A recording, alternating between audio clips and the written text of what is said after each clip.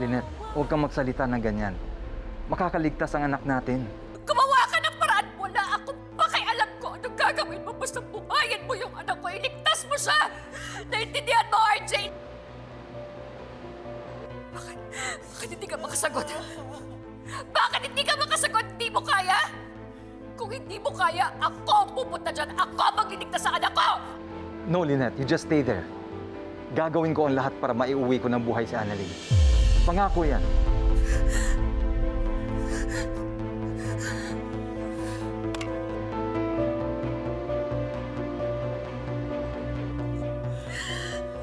Nangyari sa anak ko, Josan. Nangyari kay Annalyn. Nangyari, Jack.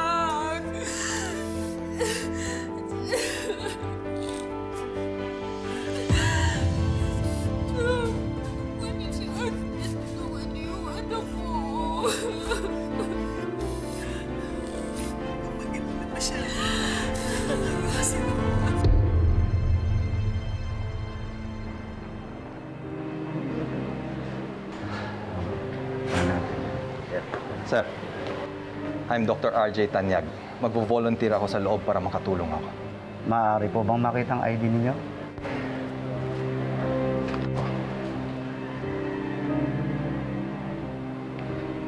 Sigurado po bang magvo-volunteer kayo? May mga pipirmahan po kayong waiver. Sa sariling desisyon nyo po ito. Walang pananagutan ng ospital o ang Ministry of Health. Papayag po ako. Pirma lang po kayo dito. Waiver, sir. Dito po kayo. Dito po kayo, pipirma. Dad?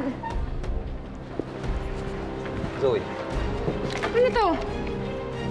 Pag-volunteer ka sa loob? Yes, Zoe. Malubha na yung kapatid mo. Hindi ko siya pwedeng pabayaan. Pero Dad, pag pumasok ka doon, hindi ka na makakalabas. Makakalabas ka lang pag negative ka or vaccinated ka. Wala akong pakialam. Basta kailangan ko samahan yung kapatid mo. Pero Dad, I hate to say this, pero you cannot alter what's meant for Annalyn. Hindi ka naman Diyos. Dad, paano kung may nangyari sa'yo? Paano kung hindi mo kayanin? Ha? Dad, paano ako? I'm sorry, Zoe, but I have to be there for your sister. I would do the same thing for you. And whatever happens to me, then so be it. Because we can't alter what's meant for me either.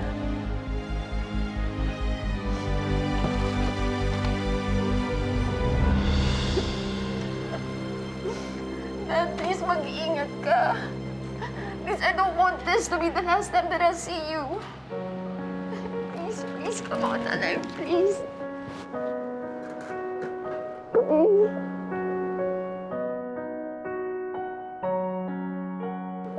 Please, come on, alive.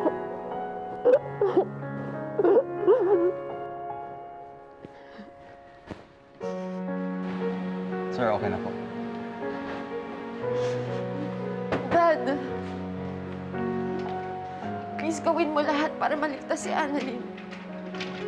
Sabihin mo sa kanya pag hindi siya gumaling, aawayin ko siya.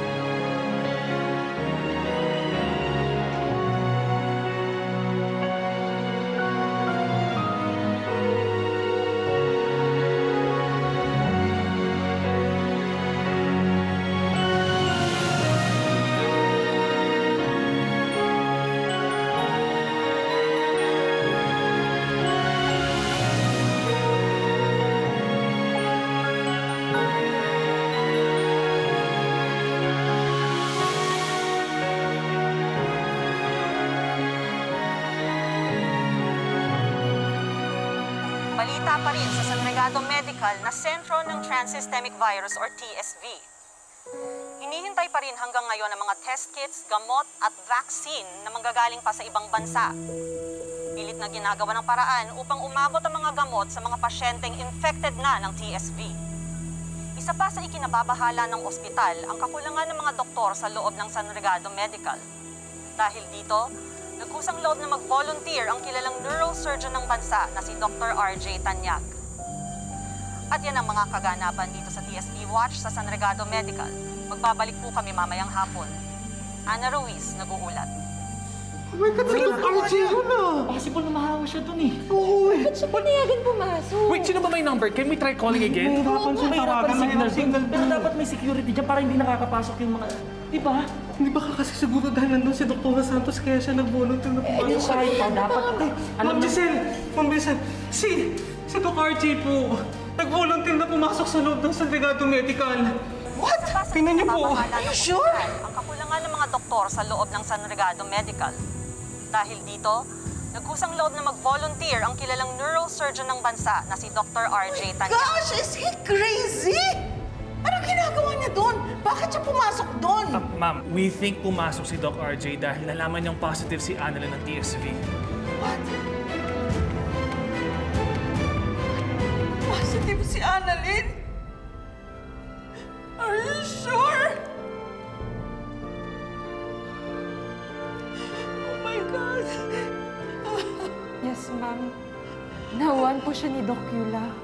Oh my God! No! No.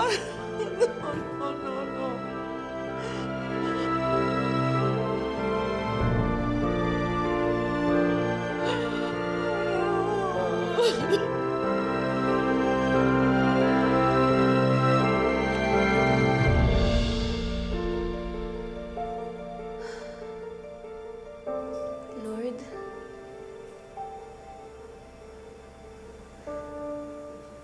ayoko pa pong mamatay.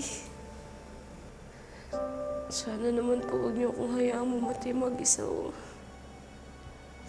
Gusto ko pa pong mayakap si nanay at si tatay.